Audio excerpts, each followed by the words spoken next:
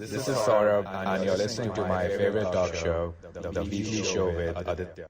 This is episode 210 on the 20th of May 2020.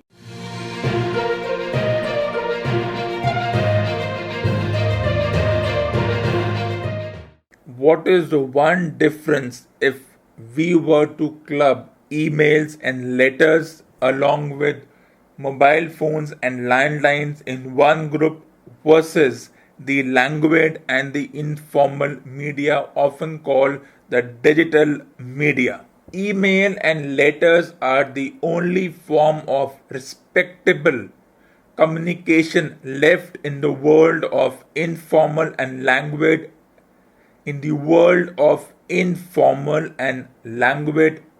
digital media, which should be used only for the purpose of publicity. And in tonight's episode, we are going to discuss something which individuals often take for granted, yet it is very important as far as personal and professional communication is concerned. I would presume that most of my listeners use text messages and other such forms of communication methods to send a message to a friend or for professional purposes.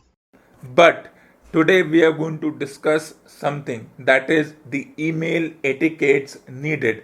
Now remember that the etiquettes which are needed while writing and sending an email are very similar to the etiquettes which we once upon a time used to follow while writing letters.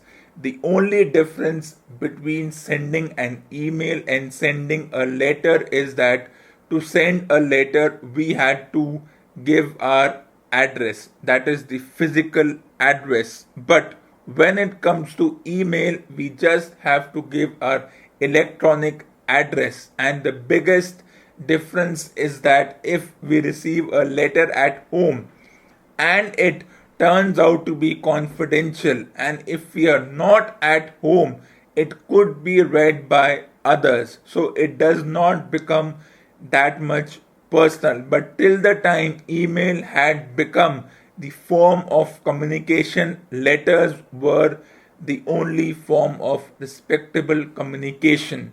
But once email penetrated into the human psyche, since it has become a force for over quarter of a century, giving out email addresses over personal addresses has become the way we go forward. It's not just because somebody else will read our letters, it's the fear associated with giving our address. If it is not misused in the 21st century, human mind is filled with fear about everything and anything. And as I have reiterated in my previous episodes, human mind is gullible as well as vulnerable. If you ask an individual, would you rather give your personal address over your email address? They will say, no, I would rather give my email address because email reaches the person quickly. What if you have to send a letter to an individual who is not in the same city or the same country? It could take days for the letter to reach. But that's the difference between an individual who would send letters and patiently wait for the letter to arrive, and the person sending the letter would not be in a hurry that the letter should reach quickly. But right now, each and every individual is in a hurry. They want the message to be sent quickly. In the 21st century, individuals share their email address as quickly as they share their mobile numbers. But between emails and letters, there is one form of communication which is sort of a buffer, and that is using the fax. If you ask me, that would I send an email with attached documents, or if I had the option of sending a fax, I would prefer sending a fax, because what if the email attachment is not opening on the receiver's end? What if the attachment is not sent? What if the attachment is not complete? There are so many parts to it. What if we send an email by mistake but we do not send the attachment? Do we send the email again saying that I am sending the attachment again? Nobody wants to be flooded with such messages. Between emails and fax, I would prefer fax. But there is a common link between sending a fax, sending a physical letter, and sending an email. They all have to adhere to some form of communication because they are in that realm of professional and personal. So there is this theory that why use email? Emails are used only for specific forms of communication. When it comes to sending short messages or what we call text messages, there are so many other forms. The language forms in terms of text messages, or the pseudo digital media which we are fond of in terms of Instagrams, WhatsApp, Twitter, and so on and so forth. But for me, if fax isn't an option, and sending a letter will take days to arrive as far as arriving at the other individual's address is concerned, and if that individual is of a nature who shifts very frequently, then sending a letter may not be the best idea. So email becomes the best form of communication. But the question is, do we need to have email etiquettes? Email etiquettes are as important as the etiquettes required in a letter. But then the question comes, in the 21st century, do we have to be so formal, follow a structure, a rigid structure? Well, my answer to these questions is it's not about sticking to a structure or following a certain pattern. It's about making sure that your message gets across to the other individual and you do not make a mistake when you send an email. 21st century citizen is a bit lazy as far as the letter writing is concerned. The first question is, I have to write the letter by hand, and what if I make a mistake?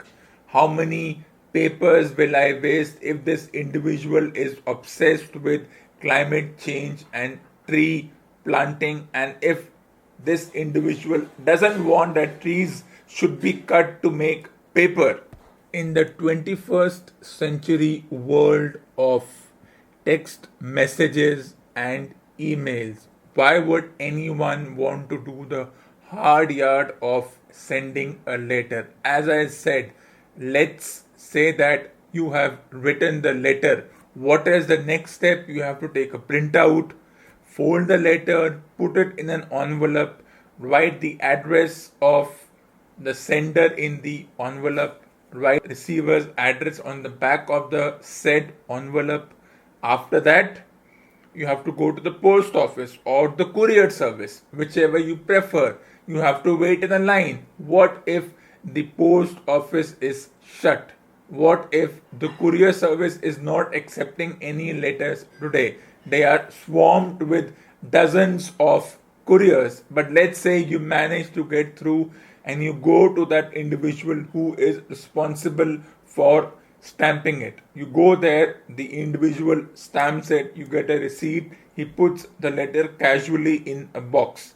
And now there is nothing you can do about it. You have to come back home and hope that the letter reaches the individual, the receiver, in time.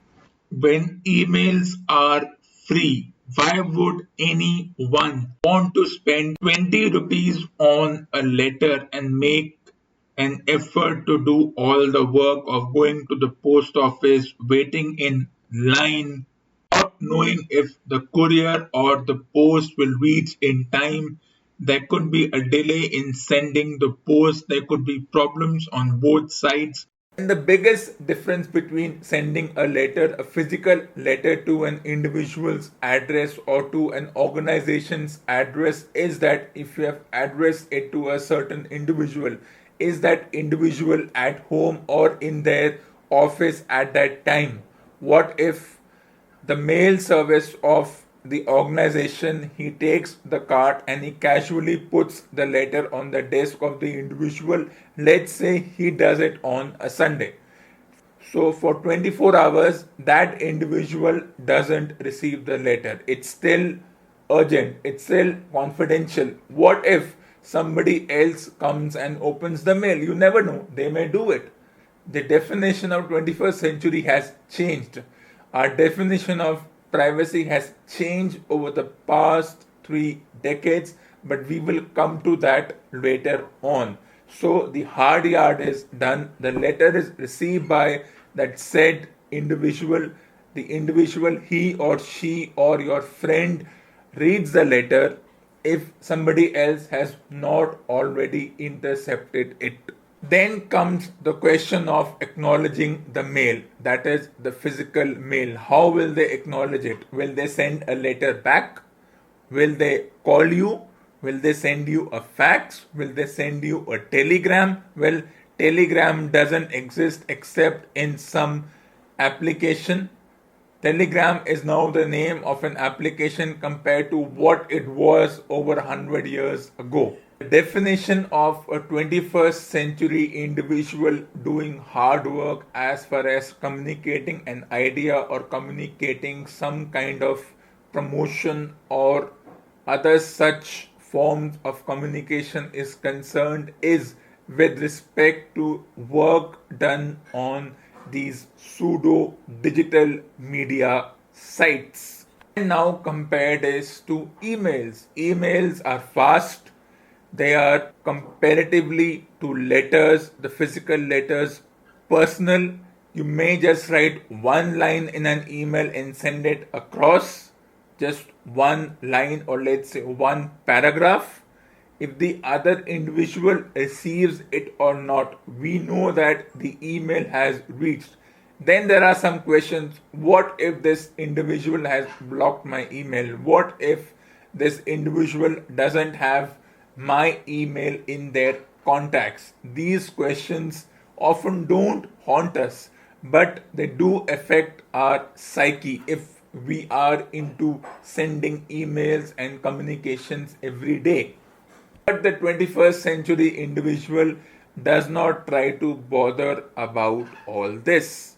Email sent, irrespective of the fact that whether the email goes to the spam folder or whether the email is blocked by the other individual or whether the other individual does not have your email address in his contact list. But between emails and letters and fax, emails would be the number one option of the 21st century, the 22nd century, and so on and so forth individual.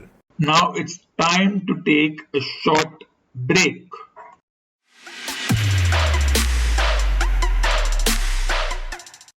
Welcome back after the break. But there is a catch here. In the 21st century, the email address that is given on an organization's website, if you send an email on that, whatever be the text of the email, it may not reach the intended person directly. It may reach their assistant.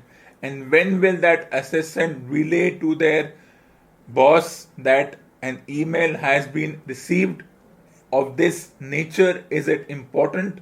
Who decides it is important? Email also have their own complexities, but still it is easier because getting a letter, collating the letter by person, even there you need an assistant to do the job. The boss, the CEOs, the founders, they hardly do it. Unless, of course, you have a nature of opening your own emails and replying it, that's a different story. But yes, when it comes down to the hard yards, when it comes down to writing the specific messages, you have to follow a few etiquettes. And these etiquettes, which I am going to list, is not only for emails, but if you still practice the art of sending letters through physical form to a person's address, you still have to follow such etiquettes. That is the grammar, the content. Since we are used to sending messages in short form, we have become lazy over a period of time. We do not like writing full sentences. We want to write in half and half. We want to write with as WTH. Yes, sometimes you do write short, not because of time, because the other individual doesn't want to read a longer form. So, with respect to, for example, with respect to, that is acceptable since the last 100 years, that with respect to has become WRT, that has become an official form of communication. Let me read this line from an article I read in LinkedIn. Young professional, that is the millennials and Gen Z. I do come in one of these categories, but it doesn't apply to me, may have an especially difficult time with email writing, caught between their training to write long form papers for college and their habits of abbreviation and emoticons on social media. Neither works for email. This article further extrapolates that email remains a powerful communication tool that demonstrates our ability to state the message, delegate tasks, and get things done. This is still a possibility, still a factor when you send a physical letter. So, whatever rules I state, whatever etiquettes I will state are applicable to both sending a physical letter as well as sending the electronic letter. Always surprises me when we come to the defense that using paper to send a communication or write anything is a waste of the said paper, with respect to a few over enthusiastic environmental activists. But we will talk about that later. Let's get back to the idea of an email. When I say email, I mean both the electronic mail and the physical mail. I agree with the article when the writer said that don't use emoticons while sending an email. For me, don't use emoticons while sending any kind of messages, whether you are using it on any kind of digital media networking sites or you are using email or text messages. For me, I have never understood what emoticons bring out. Why do we need to use emoticons? Because emoticons are just a digital form of our emotions. But why do we need to tell individuals what are we feeling, whether it's a thumbs up or it's the folding of the hands or any such multiple form of emoticons available? Do not use emoticons in any form of communication. But let's start with something which is very important. It's about the subject. What is the subject? What is the matter you want to talk about? Just like in the physical letters, there is a subject portion. Similarly, emails also have a subject. The subject line should never be left blank. It is rude because the first things that pops up when you open the email is the subject, that they have an idea that if they go further into reading the email, the subject summarizes the text of the email. Similarly, the subject summarizes the text of your physical letter. So, yes, your subject should be clear, it should not be too long, it should be appropriate, and it should be appropriate to the individual you send, whether you are sending to a friend or for a professional reason like sending a resume or communicating with a large audience to a lot of recipients, to a lot of individuals. You need to tell them what I am sending you. So that's very important. Keep this in mind. Never leave the subject box empty. There is this theory that the millennials, the Gen Z are busy and cannot absorb long, dense paragraphs. Well, that depends from individual to individual. I would rather read long, dense paragraphs line by line, absorb the idea, then read in bullet points. Bullet points are for you. Write bullet points separately in your diary and then elongate the idea. There is no harm in sending longer emails. It may look like people don't enjoy it, but that's a minority who doesn't enjoy or absorb long, dense paragraphs because they are busy. The term busy is relative. Keep this in mind. Yes, the term is shorter is always better, but that is relative. And the first point was subject lines are important. Never, never leave them empty. Then comes the way we communicate. Too much of formality is not seen as an appropriate thing in the 21st and the 22nd century because the 21st century millennials or the Gen Z generation are usually not acceptable to formal ways of communication. They prefer the languid form of communication using terms like hey, how do you do? There is this certain unease about being too formal. But my question is why do we obsess over terminologies like millennials and Gen Z? Why are we so focused on them as if, for example, an individual born in 1970 would be a 20-year-old in the 1990s? It doesn't mean that they were much better than a 20-year-old in 2020 or a 20-year-old in the year 2000.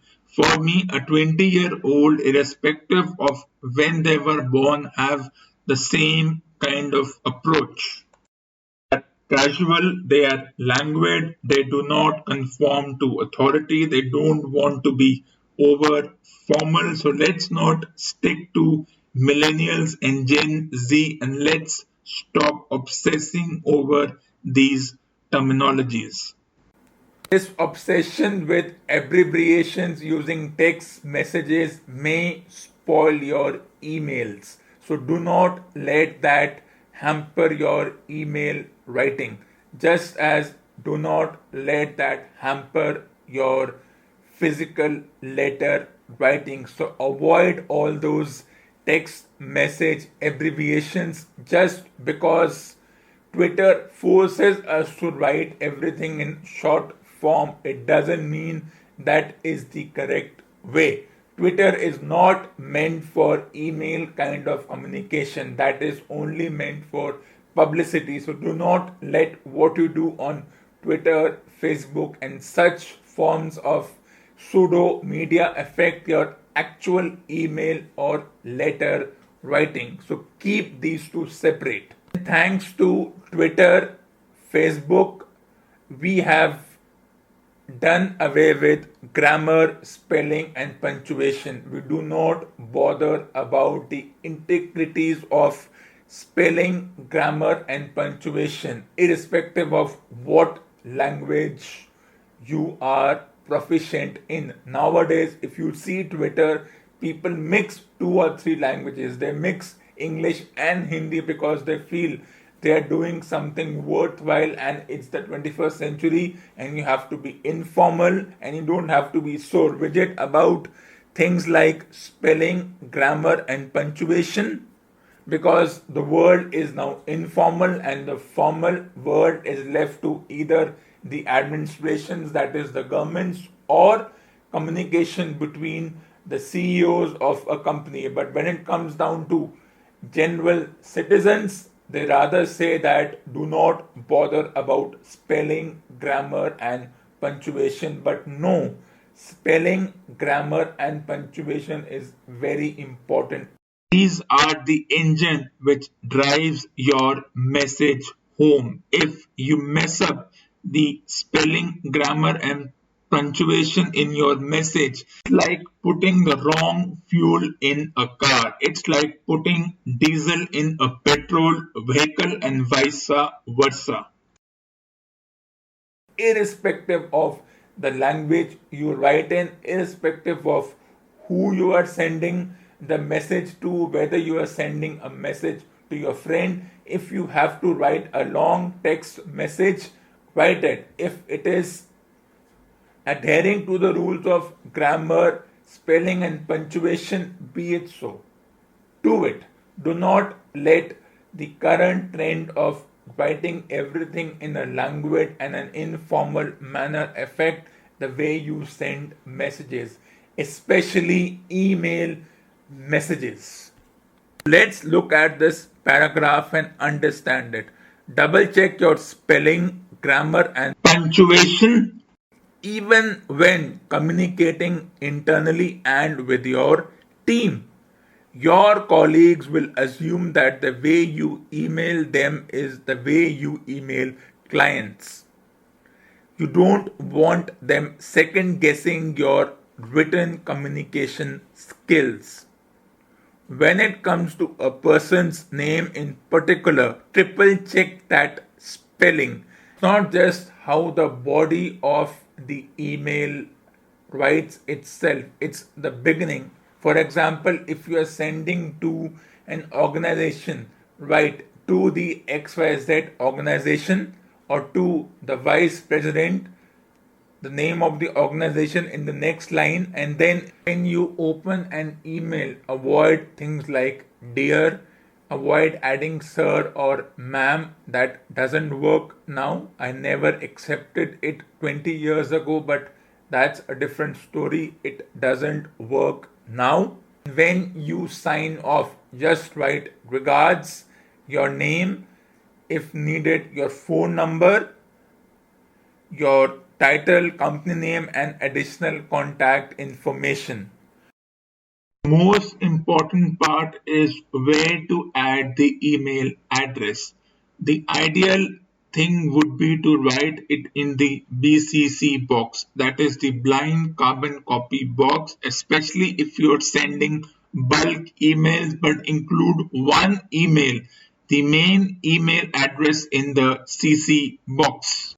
This CC and BCC is important because if you are sending bulk emails and you write it in the CC box, then each and every email reaches the other individual and it looks a little heavy. So you want to protect the other's email from one individual, then write it in CC box, that is the blind carbon copy box, so that the emails of your colleagues are not revealed to each and every individual. But if you are sending an email to the CEO and you are also wanting others to be included, then the others email should be in the BCC box. This keeps the email light. It does not make it heavy or drowsy for the eyes. Now, how many times have we received emails in the form of newsletters, in the form of the way I send emails for this talk show to my listeners? That is a different form of communication. That is completely different. That also requires a bit of formality, or that is somewhere between the informal and the formal part of communication. But if you have to send such newsletters, email is the best option instead of sending them on text messages, unless you don't have that individual's email address. So, since individuals do not mind giving email addresses, please take their email addresses and try and avoid as much as possible sending them links or newsletter kind of communication through text messages, since the world is divided between emails for professional work or emails for such kind of communication versus the kind of publicity is needed through these pseudo digital media networking sites. It's a delicate balance that we have to maintain. Even if we are using these digital media sites, between these, there are 3 or 4 of them which we all know about. Still, if Twitter does not allow you to write long messages, still, even if it says only write in 200 characters, still do not write in text message language or shorter language or the abbreviation in short text languages. Even if you are using Twitter and Facebook for your communication as far as the publicity and the promotion part of a product or a service, or the same way I have my talk show is concerned, still do not write in short. Write in long form and then attach a link. Means it looks professional. The individual will be more than happy to read. This ends episode number 210 on the 20th of May 2020. I hope you enjoyed this special episode, especially for my millennial and Gen Z listeners. For more awesome content, tune in to the next episode of The Weekly Show with Aditya.